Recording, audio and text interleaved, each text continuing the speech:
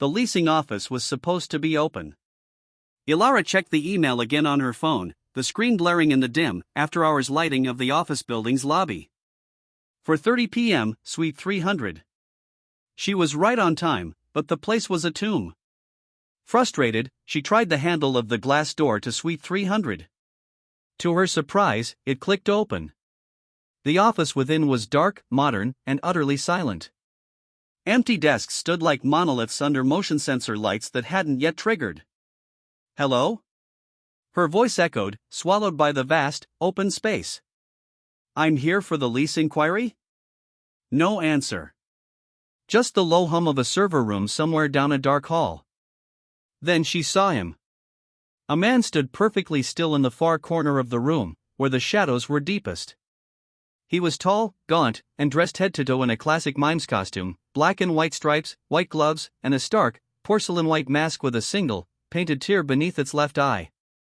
His head was tilted, as if studying a fascinating insect. Ilara's breath hitched. "Oh. You startled me. Are you with the leasing office?" The mime didn't speak. He didn't move. He was a statue, a grotesque piece of performance art left behind. A nervous laugh escaped her. "Okay, very funny. Is this some kind of prank?" Slowly, the mime raised his white-gloved hand. He pressed a single finger to where his lips would be behind the mask. Shoo! The motion sensor light above Ilara flicked off, plunging her into near darkness. Her heart hammered against her ribs. This wasn't funny anymore. This was wrong. She fumbled for her phone to use as a flashlight. The beam cut through the dark, but the mime was gone. The corner where he'd stood was empty. A soft click-clack sound came from her right. She swung the light. He was there, closer now, perched on the edge of a desk. He mimed pulling an invisible rope. He tugged it once, his body straining with the effort. Across the room, a rolling office chair shot out from a cubicle and slammed into the wall with a violent crack. Ilara gasped, stumbling backward. "What are you doing?" "Stop it." The mime tilted his head again. He pointed a finger at her, then slowly turned his wrist, as if turning a key. A searing, white-hot pain lanced through Ilara's skull. She cried out, dropping her phone. The light died, leaving only the emergency exit sign casting a hellish red glow. "Get out! Run!" Her mind screamed the command, but her legs refused to obey. They were locked in place, heavy as stone. The mime stood up. With exaggerated, silent steps, he began to circle her. He was the predator, and she was his trapped prey.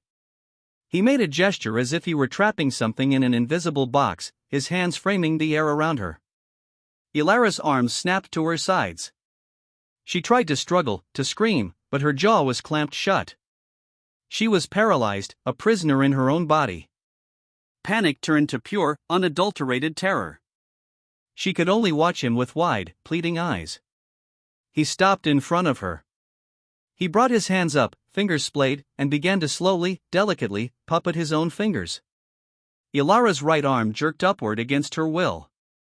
Her own hand, now a grotesque marionette, floated in front of her face. She felt the muscles strain, tendons stretching, but she had no control. A tear of agony and fear traced a path down her cheek. The mime mimed a gentle, pushing motion. Ilara's body walked forward. One stiff, unnatural step after another. She was a passenger, screaming silently inside a shell he commanded. He was leading her toward the large, floor-to-ceiling windows that overlooked the city far below. He made a fist. Ilara's body stopped at the window.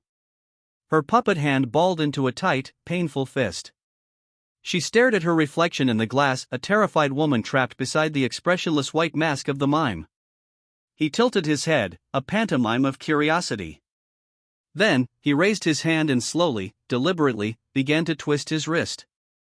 Inside, Ilara screamed as she felt her own body turning, being forced to face the glass. Her free hand, the one he wasn't directly controlling, rose up. He was taking full control now, learning her strings. Her fist drew back. "No. No. Please, no. The mime gave a final, sharp, twisting gesture. Ilara's fist, propelled by a force that was not her own, slammed into the window. The glass webbed into 1,000 fractures. The mime stood behind her, a silent conductor. He brought his hands together as if applauding a fine performance, then made a gesture of finality, a sharp, slicing motion across his throat. The last thing Ilara saw was her own reflection, her eyes wide with a horror she could no longer express, as her body was commanded to take one final, inevitable step forward into the shattered pane. The mime stood alone in the red glow. He bowed to the empty office. A perfect, silent performance. Then, he turned and walked back into the deepest shadows, leaving behind only the cold night air whistling through a broken window.